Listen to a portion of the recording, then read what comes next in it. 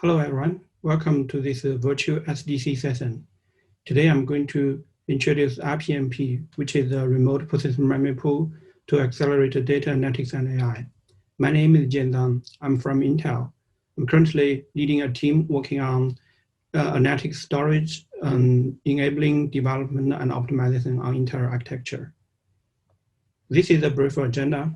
We will first start with from persistent memory introduction. Then we will give an introduction of remote persistent memory and its use scenario. After that, we will take a close look on the remote persistent memory pool, RPMP design and implementation. Then we will present the performance result of different use scenario and wrap it up with a summary. Persistent memory. Persistent memory, which is a new memory tail. So according to RDC report sponsored by Seagate, data age 2025, the data explosion leads to growth in global data sphere, and the global data sphere growth rate is pretty high. It's 27 CAGR. But when we compare that with the DRAM density scaling, we will see that there is a gap because the DRAM density scaling is become slower and slower. It's from four times every 3 years to 2 times every 3 years, and then to 2 times every 4 years. So it's clear that the data growth rate and the DRAM density growth rate is unmatched. So we need a new memory system to match the data growth need for the new use scenarios. So here comes persistent memory, which is a new storage category that sits between DRAM and storage. It delivers a unique combination of affordable, large capacity, and support for data persistency. Usually in the data center, we will have the cold tier, which is based on hard drive and tape. And we will also have the warm tier, which is typically based on non-SD. And the hot data was stored in DRAM. But if you look at the speed and latency, there is clearly a gap between memory and storage, especially the non-SD. So persistent memory was introduced to fill this gap. There were two different operation models for persistent memory. One is the memory mode, where it was using as a volatile storage, which provide higher memory capacity.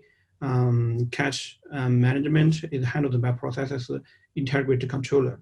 So in memory mode, the operating system and the application, they will see a much larger DRAM capacity. And the original system DRAM will be used as a cache to the PMEM. So this is transparent to the application and operating system.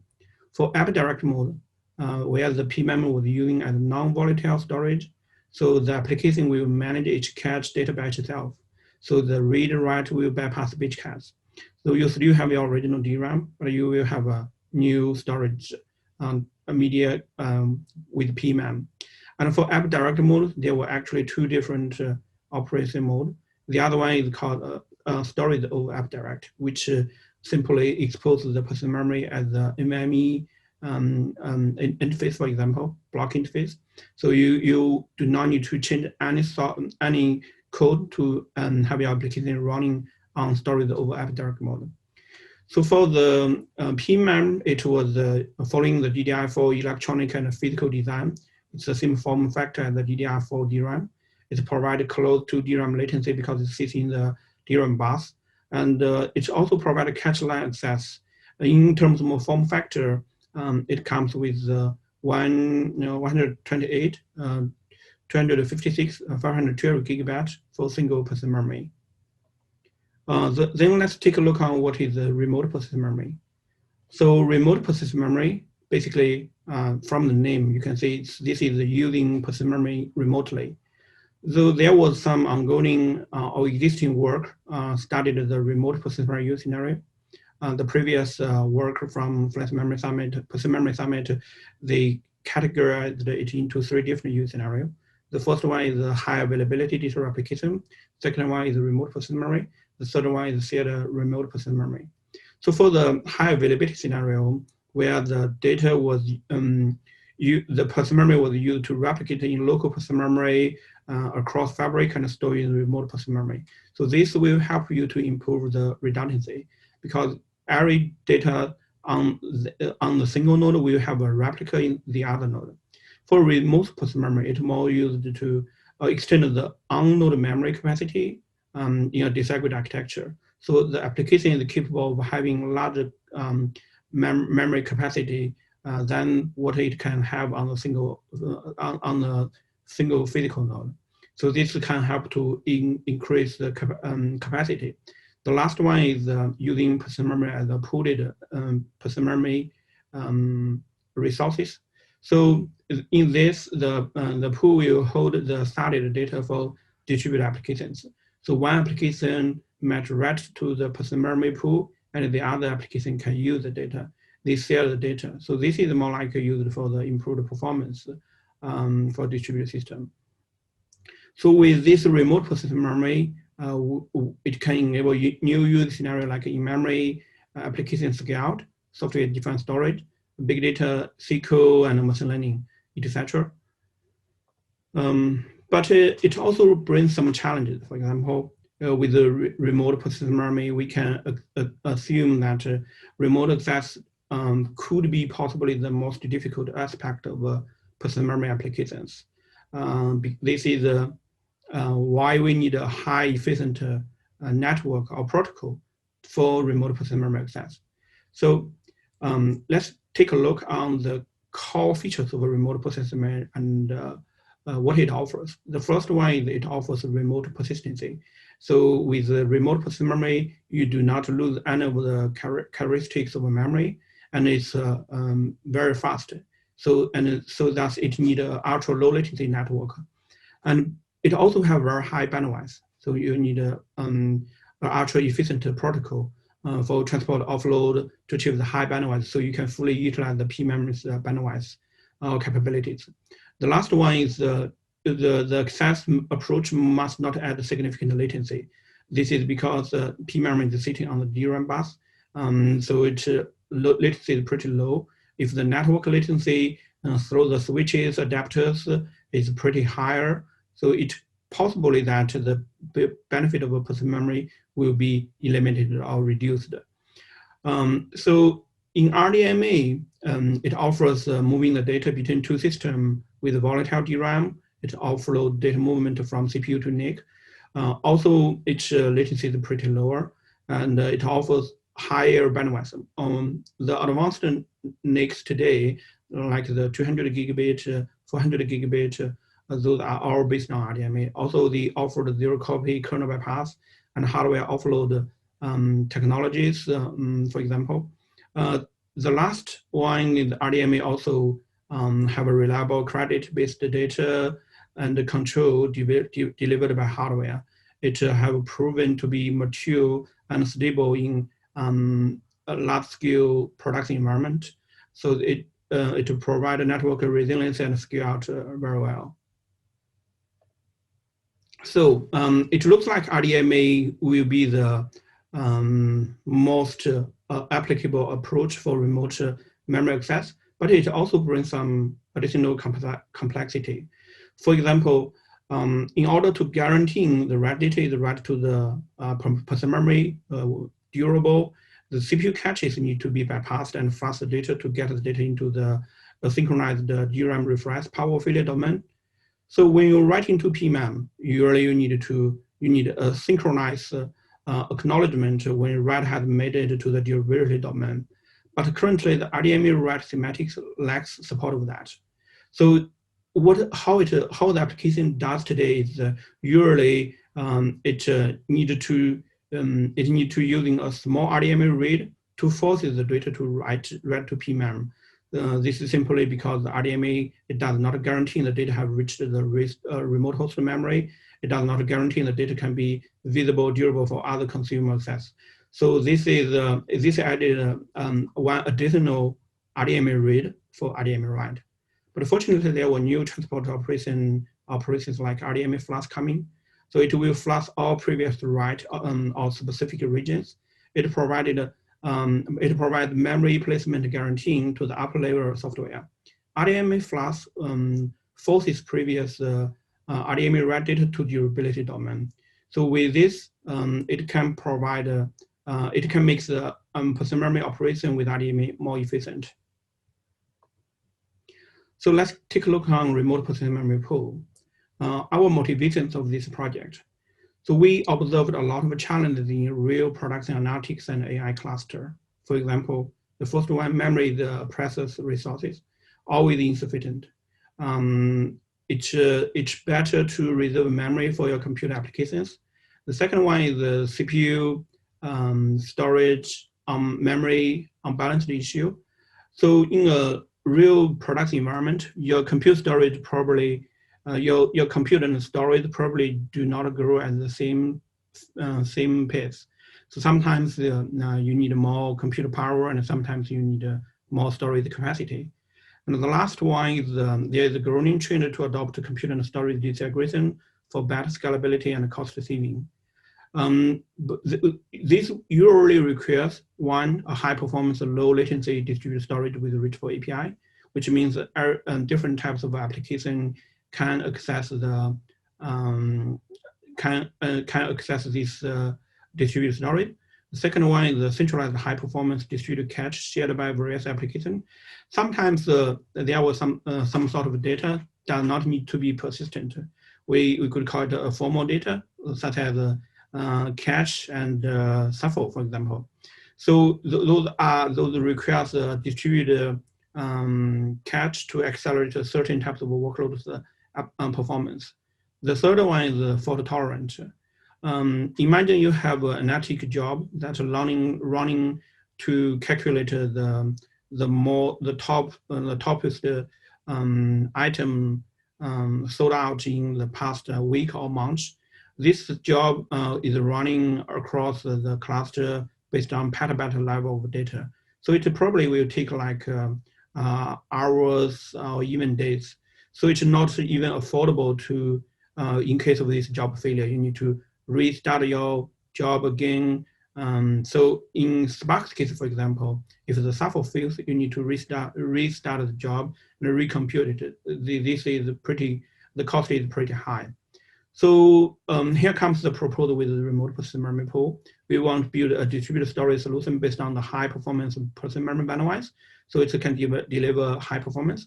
The second one is we want to target as both storage and formal data access, which means it can be used as storage and it can be used as cache, and it also can be used as a shuffle media, for example. Because P-memory is pretty fast, we want to eliminate the network overhead that could potentially hiding the benefit of persistent memory. So we want to leverage the RDMA for remote persistent memory access.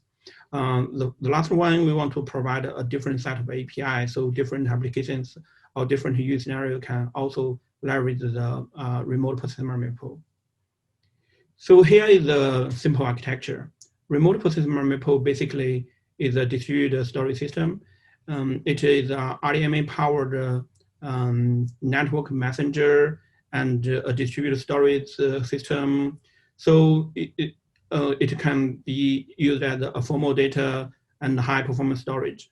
So in our design, this typically working out as an independent cluster to hold the mission critical applications storage or a formal data.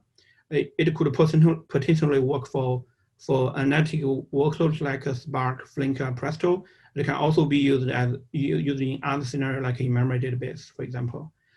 So RPMP offers the below features. The first one is high performance storage powered by modern hardware like P-memory and RDMA. It also provides user level I/O access, which means you can use the user space library to access the P-memory directly, which can bypass the kernel, the file system, the user, and the kernel context switches. And also it provides a rich API. It provides memory like API that can be easily wrapped with an adapter and extended to other use scenario. The third one is these pluggable modules. This is a modular architecture. It makes the RPMP can be easily plugged into memory database. It's basically provided a client and a server. The client provided both C++ and Java API. So you can wrap it simply with an adapter and plug it into different software stacks. what is the benefit it can bring? The first one is it can improve the scalability of your analytics and AI workload. Because it's disaggregating the formal data from the compute side, so you can scale your compute and SAFO and formal data storage independently.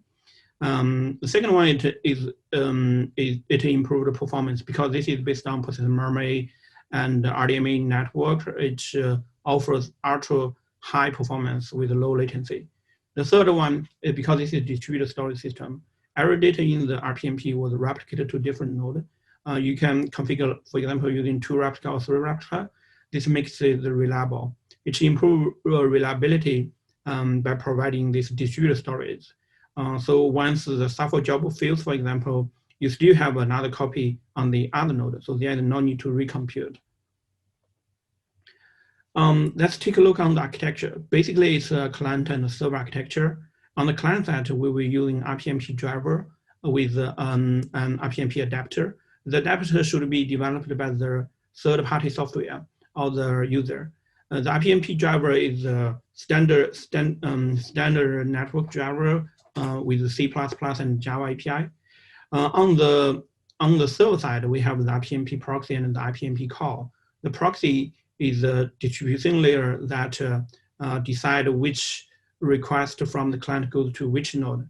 It's based on configurable distribution policy. For example, configure static primary and secondary pair, and all may be based on consistent hash algorithm. It's all configurable.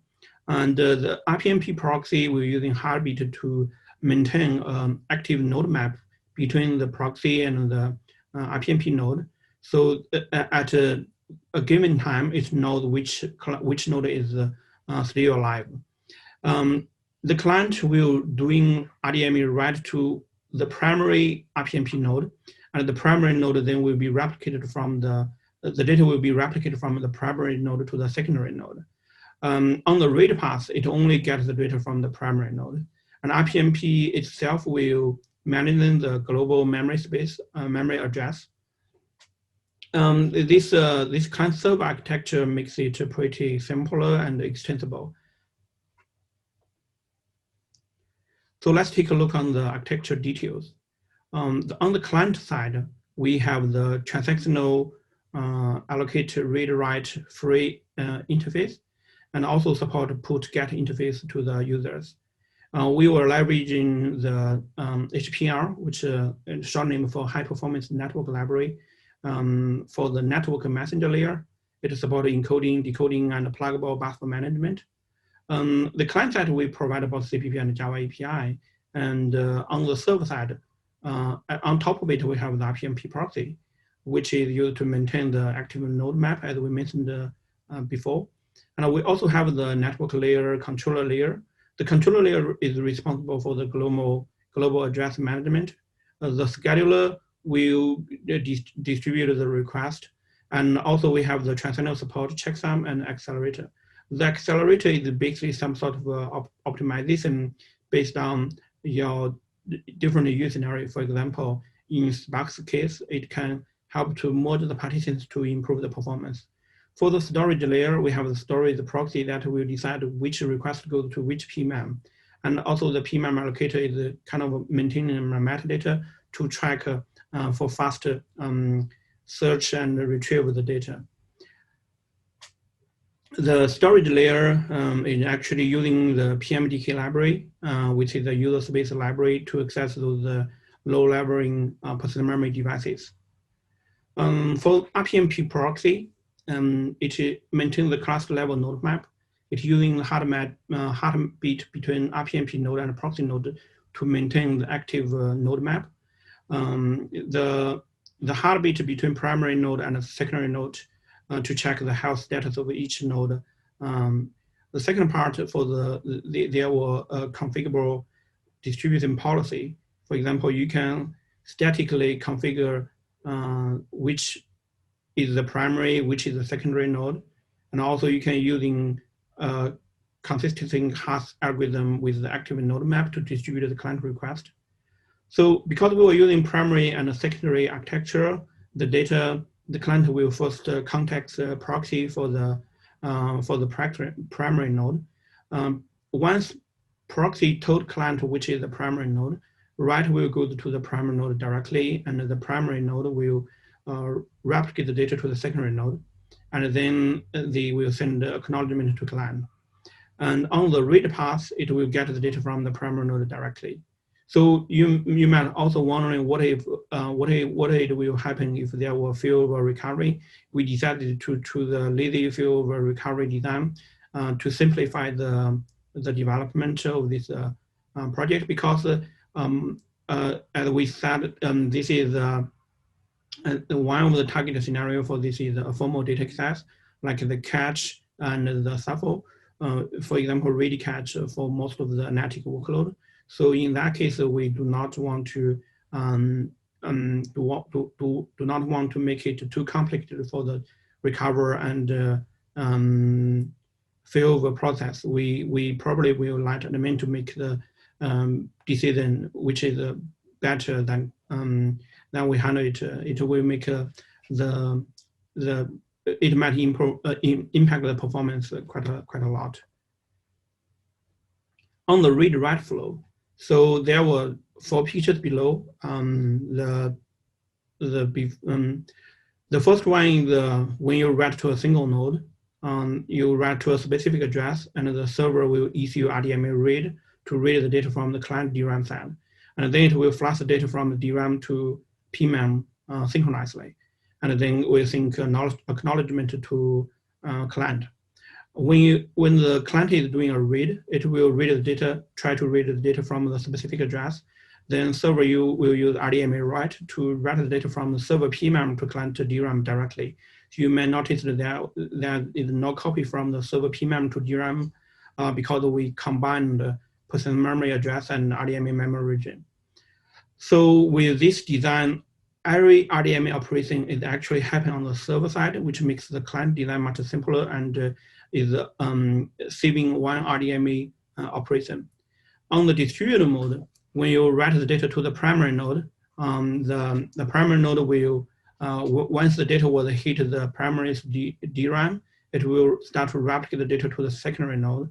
And the secondary node, after both nodes write the data to the PMEM, it will send the acknowledgement to client, but it's configurable depending on how many replica or persistent before you send the acknowledgement to the client. On the read side, it's almost the same as a single node. You only go to the primary node. If the primary node is down, proxy will route the request to the secondary node, and the data can be read from the secondary node directly. So for the network layer, as mentioned, we were using HPL. HPL was a high-performance network library based on libfabric. It uses zero copy approach. So basically, the HPL buffer allowed to be directly used by application without copying data from HPL buffer and application buffer. It also supports user space to kernel space zero copy. On threading model part, we have the demultiplexer, which implements interrupt and pooling approach to optimize the threading model. It also thread bounding each CQ service thread to a specific call to improve the efficiency. Currently for the interface, it supports C++ and Java interface. It supports send, receive, remote write, which are all popular RDMA semantics APIs. It supports pluggable buffer managed interface on how you're going to manage your CQ service buffers. It's also capable of using persistent memory and RDMA buffer. This HPR was open source. It's also used by several other projects. So for the storage layer, we were kind of doing this with a transactional and automatic key value data store with the user space access. It's designed in a specific way to fully drive the P-memory capabilities.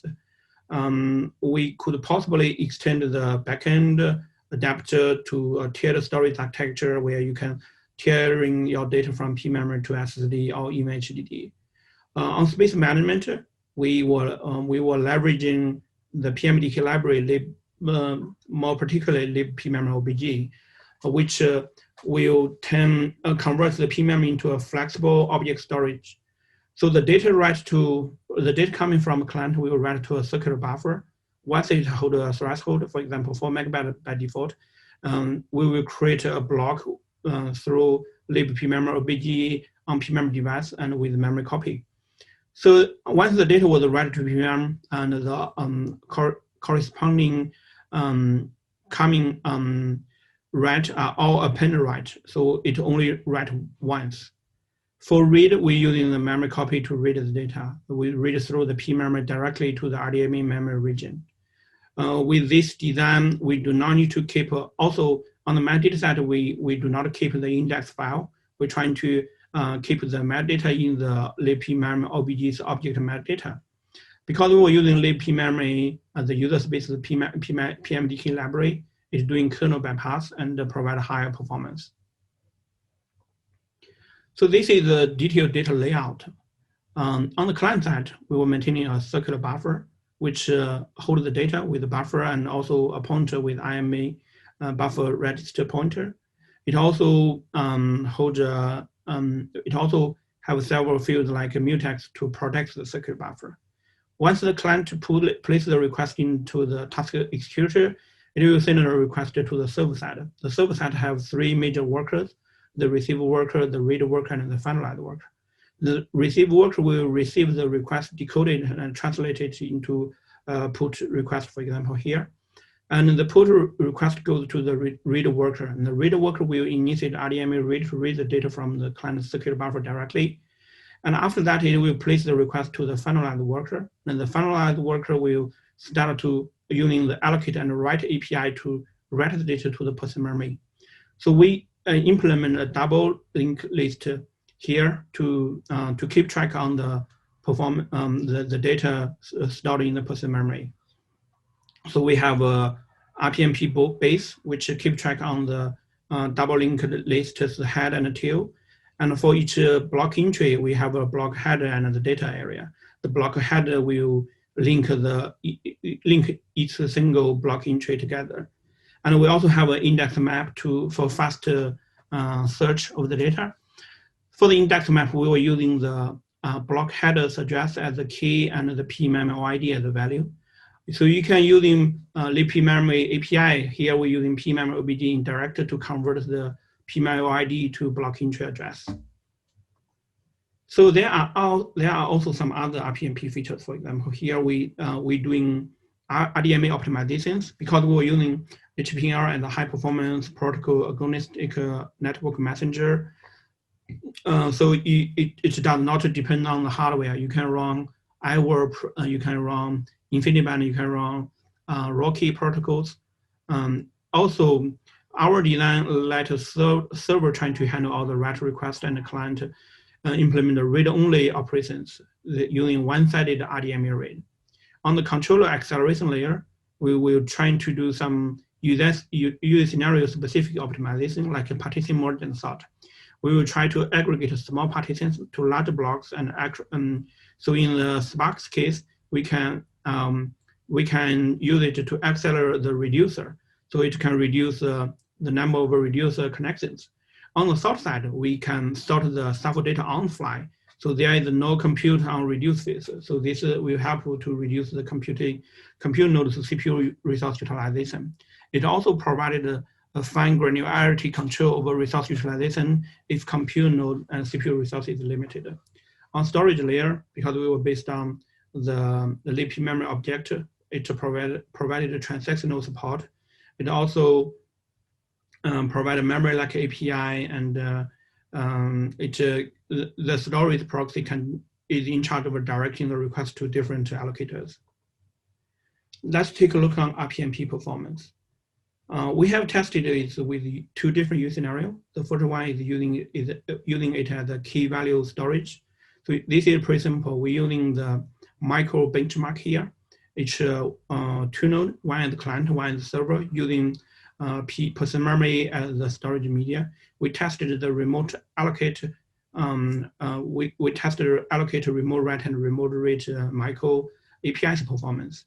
We were using single thread test here, but we also we also we could find that remote read is actually saturated by the NIC's bandwidth. So the result is pretty promising. We could max out NIC bandwidth here. The second scenario, we're trying to using it as a SAFO to optimize Spark SAFO. Spark SAFO is pretty challenging because the data center infrastructure is evolving very fast. Computer and storage disaggregation has become a key trend, and the diskless environment is becoming more and more popular. The modern data center, for modern data center, the high-speed network makes the local storage less attractive. Also, the new storage technology are emerging, like storage class memory. The Spark SAFO, its problem is it brings uneven resource utilization of the CPU and memory. And for SAFO heavy workload, you probably will have the out of memory and garbage collection issue. Because the traditional hard drive is slow and the data spill will definitely degrade your workload's performance. And the SAFO I/O can grow correctly with the data side. If you are using local SD, it probably non-SD, they probably can be way out by frequent intermediate data write. And also for the traditional Spark SAFO, you will have the unaffordable recompute cost. In real production environment, people are realizing this problem. There were a lot of related work here, like the disaggregated SAFO with DELS, Facebook Costco, Baidu DCE SAFO, JD.com, and memorable.iss, etc. So here, let's take a look on Spark SAFO. So this process is basically a process between the map phase and the reduce phase. The map task is trying to read the data from HDFS, split it, and using the map function to write the data to the memory buffer, and if it exceeds a threshold, it will spill to DRAM. And the file will be eventually sorted and merged with a single file. And on the reducer side, it will try to put the corresponding file from the map side. So clearly this process is I/O intensive, especially disk and network intensive phase. So with the persistent memory as a storage media, we're going to accelerate the disk I/O, and with RDMA as the network messenger, we are going to accelerate the network I/O here. So this is our previous work. Previously, we call it PM1 persistent memory fabric, but now it was renamed to remote persistent memory extension. So our design, this is the first attempt to using remote persistent memory, mostly for read side. The original Spark SAFO will serialize the object to off-heap memory, write it to a local SAFO directory, and then read from the local SAFO directory and send it to remote reader through TCP/IP. During this whole process, there will be a lot of context switches, and because it was using file system, there will be post file system overhead, and because you need to switch it between the user space and kernel switches, the performance probably will not be very good. And last, because the data was sent through TCP/IP based network, so if we're using pmemory as SAFO media, we probably won't be able to see the benefit. So in the right picture, we come up with this new design where we serialize the objects to the off-heap memory in persistent memory directly, and we also persist to pmem. And because we can use the pmemory address as RDMA memory region, so we can read from pmemory directly through RDMA. In this new design, there will be no context switches. There will be efficient read and write on pmemory with the user space PMDK library, bypassing kernel, bypassing file system. Because we were using RDMA for remote SAFO read, it's much efficient compared with TCP/IP. Our previous work showed the performance is really good. We have tested Terasort workload to compare it with vanilla Spark SAFO based on hard drive and NVMe. So for Terasort, we saw 22 times speed up compared with hard drive based SAFO, and we also saw 1.29 speed up over 4 NVMe and SAFO media. More importantly, it shortened the remote read latency dramatically. The read block time have been decreased from 8.3 minutes to 7 milliseconds. So PMEM provide higher, this is simply because PMEM provide higher read and write bandwidth, and the RDMA provide ultra low latency. We also tested with decision support workload, which is a whole bunch of SQL queries. We tested 99 queries execution time. So this remote person memory extension still delivers 3.2 speed up compared with vanilla Spark. This is not that kind of a much as Terra thought. This is because not all of the SQL queries are L intensive. Some of them are CPU intensive. You can get the detailed comparison from the picture below. So this makes us to think about what if we using RPMP as the disaggregated shuffle. So here comes the new solution to resolve Spark shuffle issue. Using RPMP as the disaggregated shuffle, it will first decouple the shuffle I/O from the compute side to the disaggregated cluster, so you can deliver dedicated SLA for critical applications. Second, because the data was replicated in multiple replicas on the RPMP node, so it provided fault tolerance support. And also, because we can doing some sort of offload on the RPMP cluster, it can reduce computer memory resource and computer resource utilization. So this also because RPMP is using PMEM and RDMA as storage media and network protocol, its performance is much higher compared with the vanilla Spark shuffle solutions.